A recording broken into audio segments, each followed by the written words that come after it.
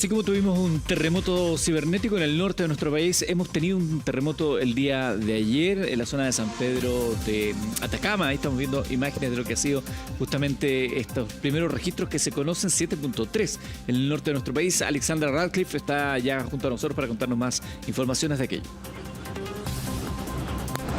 Sí, un fuerte sismo de alta intensidad que se registró en varios puntos del norte de nuestro país y que dejó, varias consecuencias significativas, también especialmente en Calama. Y ojo que durante la noche también se han registrado 43 réplicas. Bueno, por ahí también las personas decían a través de redes sociales que fue un sismo con un movimiento no muy habitual, pero estamos hablando de que fue bastante fuerte, 7.3 en San Pedro de Atacama. Y para eso vamos a conversar un poco más con el director del Centro Sismológico Nacional, Sergio Barrientos. ¿Cómo está? ¿Qué tal? Muy buenos días. En vivo para el buenos días a todos. Gracias por estar con nosotros y recibirnos acá en el centro, pero queremos conocer las características de este sismo también y saber si van a seguir las réplicas 43 durante la noche, y creo que hace poco durante la mañana también hubo una. Bueno, sí, en realidad la sismicidad sigue ocurriendo a medida que después del terremoto de magnitud 7.3 sigue ocurriendo la sismicidad asociada a este sismo, ya que es una de las zonas productivas más sísmicas, más productivas del país. Es una región que tiene, yo diría que la parte donde justo ocurrió este temblor, han ocurrido terremotos importantes de magnitud 8.0 en el pasado, en 1950, y no es raro que sigan ocurriendo este tipo de sismos en esa zona. Sí, Sergio, yo no sé si nos escucha. ¿También las réplicas? Sí, ahí le van a hablar desde el estudio. María Luisa Budó. Sí, ¿cómo está, Sí, Sergio? hola, muy buenos días. Preguntarle un poco que nos haga un balance hasta el momento. ¿Cuáles son los principales problemas que se han visto luego de este sismo de 7,3?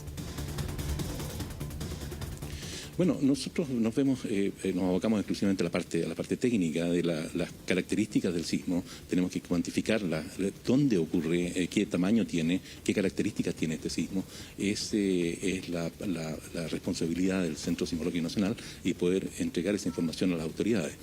El SENAPRED, el Servicio Nacional de Prevención y Respuesta ante Desastres, es el encargado de evaluar el sistema, las consecuencias de este sismo en la superficie, en las localidades aledañas.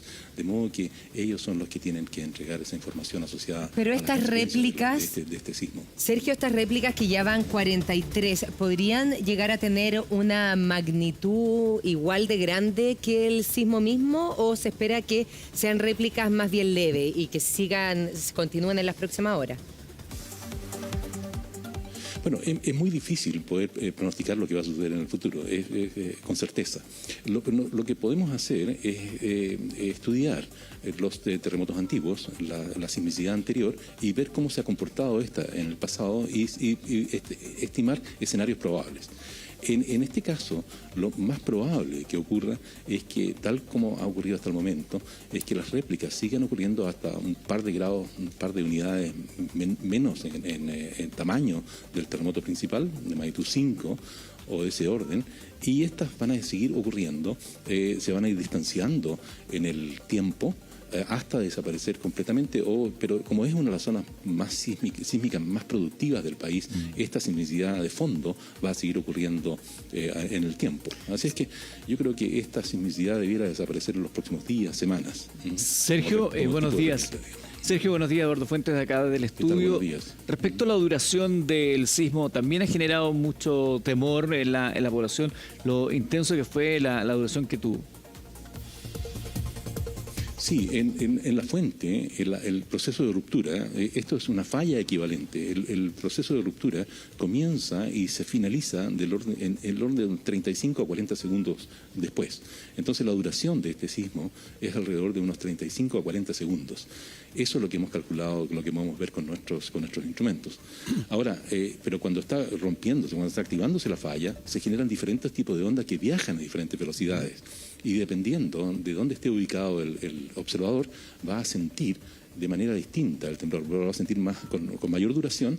Lo más cerca en la zona epicentral se siente más fuerte, claro, mucho más intenso, pero con menor duración. A medida que uno se va alejando, la intensidad va disminuyendo, pero el temblor se va extendiendo porque las ondas se van separando, entonces dura un poco más a la percepción de la población. Sergio, ¿y este sismo que se registró ayer, 7.3, terremoto para algunos, sismo, bueno, tiene algo que ver con el que se registró hace pocos días en el sur del Perú, que también alertó, porque hace muchos años que se viene hablando de que se espera un fenómeno telúrico importante para el norte de Chile, para el sur del Perú? Bueno, en la zona, nosotros creemos que es una zona que se ha acumulado suficiente energía desde los últimos terremotos importantes, no en toda la zona, sino que hay ciertas lagunas, ciertas brechas en las cuales está ocurriendo esta acumulación de energía que no se ha liberado recientemente. En una zona, por ejemplo, entre Pisagua e Iquique, se liberó el año 2014, con un terremoto de magnitud superior a 8. Con una réplica también del orden de 7.7. Eso es lo que ha ocurrido recientemente en esa región. Pero, sin embargo, desde Pisagua hacia el norte, hasta la ciudad de Hilo, aproximadamente en el sur de Perú, es donde no han ocurrido terremotos desde 1868 en la parte sur de Perú o 1867 en la parte norte de Chile. Y un poco más al sur, desde la península de Patache, o un poco más al sur de donde está ubicado el aeropuerto de Iquique, hasta Tocopilla, también es otra zona donde uno esperaría que sucediese terremotos con mayor probabilidad antes de que en otras zonas de Chile. Pero también hay otras zonas, en la zona de Atacama, por ejemplo, también ya se está generando una de estas brechas sísmicas. Pero este terremoto que ocurre hoy o anoche es un sismo que ocurre en el interior de la placa que subducta, a una profundidad de 160 kilómetros, 166 kilómetros, y es producto de una ruptura al interior de la placa, es decir, no es el contacto entre placas como es los terremotos que estábamos conversando recientemente, claro. Estos que el terremoto de Iquique o los que estamos esperando hacia el norte. De manera que es un terremoto un poco distinto, pero también pueden llegar a alcanzar altas magnitudes, de magnitud 8.0, como decía, en 1950. En diciembre de 1950 ocurre un terremoto de magnitud 8.0 muy cerca de Calama, es decir, en la zona donde ocurre este temblor de hoy.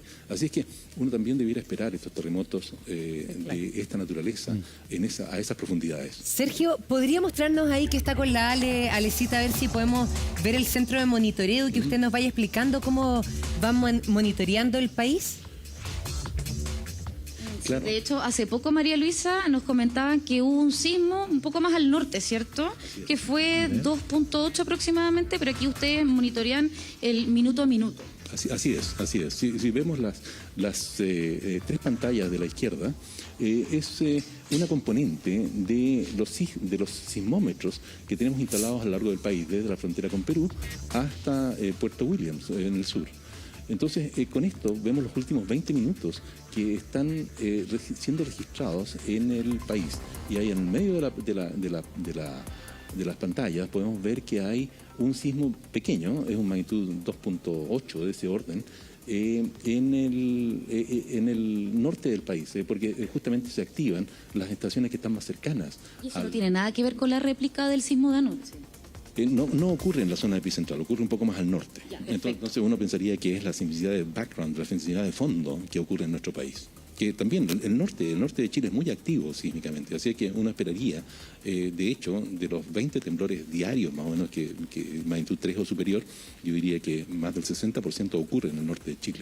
Y no todos son perceptibles. No todos son perceptibles, claro, porque ocurren, son magnitudes de 3 que son profundos, entonces esas ondas no alcanzan a llegar a la superficie con amplitud suficiente como para ser percibidos. Claro.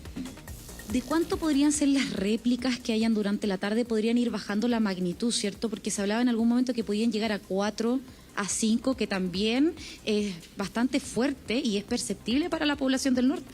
Sí, de hecho la réplica más grande es del orden de 5, que ocurre un par de horas después del sismo principal, o una hora después del sismo principal.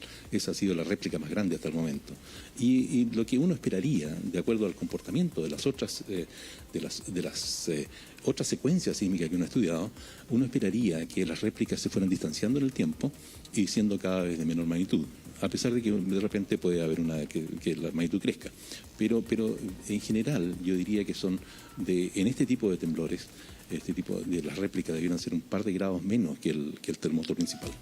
Acá en la pantalla ya hay un 2.9. ¿Eso es en otra zona o no? Eso es, estamos viendo 67 a 125 kilómetros de profundidad y 22. Es en la zona del norte de Chile nuevamente, a los 22, que es un poco más al norte de San Pedro de Atacama, entonces, y al interior es muy cerca de la frontera o incluso en Argentina, puede ser el 67,8 a 125 kilómetros de profundidad. Es un 2,9 que también lo registramos y lo publicamos en nuestras páginas. Claro. Debido a la historia de Chile y a la experiencia, somos un país súper sísmico. ¿Podría existir en el norte del país un sismo con las mismas características que ocurrió anoche?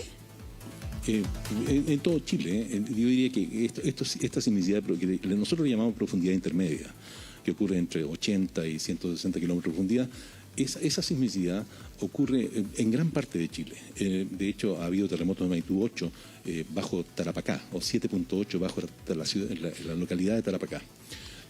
Han ocurrido terremotos de magnitud 8 de este tipo de sismicidad a 100 kilómetros de profundidad bajo Chillán, y ese ha sido uno de los terremotos más destructivos que ha ocurrido en nuestro país. Vale. Y que ha causado mayor número de víctimas fatales en 1939. Ese tipo de sismos ocurre, bajo Santiago también han ocurrido, hay historia sísmica de un terremoto de magnitud 7.1 en 1945, bajo Santiago. Así es que este tipo de sismos ocurre prácticamente a lo largo de todo el país, excepto en la zona, yo diría que intermedia entre los 27 y los 30 grados de latitud, más o menos, pero en general ocurren prácticamente en todo el país. Perfecto, lo escucho en el estudio. Sí, no, agradecerte a ti y a Sergio Barreto, director del Centro Sismológico Nacional, que nos ha contado de la situación que está ocurriendo en el norte de nuestro país, 7.3 el terremoto en el norte. Muchas gracias, volveremos con ustedes de ser necesario, pero